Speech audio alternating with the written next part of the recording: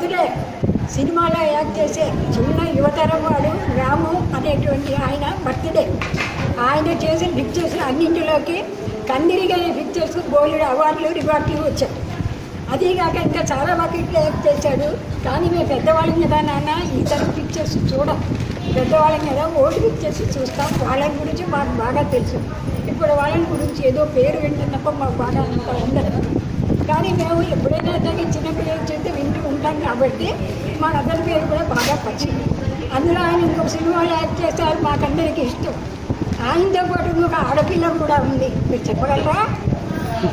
చెప్పలేరు. నేను శైలజ.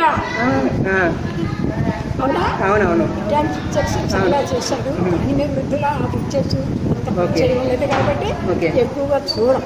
అంతే తప్ప అబ్బాయికి నాడు అబ్బాయి పుట్టినరోజు పండుగలు ఇట్లా ఎన్నో సంస్థల్లో ఎన్నో పుట్టినరోజు పండుగలు ఆ బాబు చేసుకోవాలని మా అందరి బామ్మల తరఫున అతనికి బర్త్డే శుభాకాంక్షలు తెలుపుతూ ఇంకా ఎన్నెన్నో పుట్టినరోజు పండుగలు చేసుకోవాలని అతనికి మా అందరి తరఫున మా ఆఫీస్ వర్గం తరఫున అమ్మాయి కౌన్సిలర్ ఆఫీసులో పనిచేస్తుంది.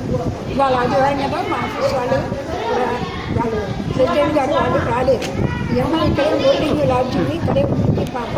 వీళ్ళందరి తరఫున మా మామలందరి తరఫున రాముకి నా మనవడి వాడు కాబట్టి నా రాము అని అంటే రాము గారు అని రాముకు మా అందరి తరఫున ఆశీస్సులు శుభాకాంక్షలు చెప్పండి మీరందరూ కూడా.